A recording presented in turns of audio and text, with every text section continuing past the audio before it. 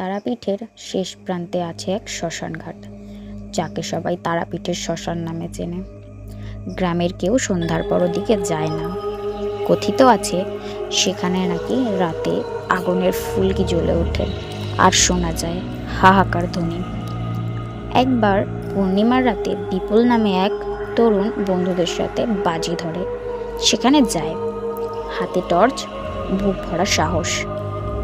শ্মশানে ঢোকার পরেই বাতাস থেমে যায়, টর্চের আলো নিভে আসে।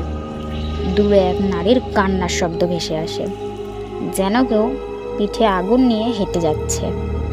বিপুলের বন্ধুরা ভয় পালিয়ে যায়, কিন্তু সে সাহস করে এগোতে থাকে, থামে না। হঠাৎই দেখা যায় চিতার ভস্যের মাঝখান থেকে এক শ্বেত পোশাক পরা নারী দাঁড়িয়ে, মুখ ঢাকা চুলে। সে ধীরে ধীরে মাথা তুলে বলে, আমার পিঠের আগুন নিভাও।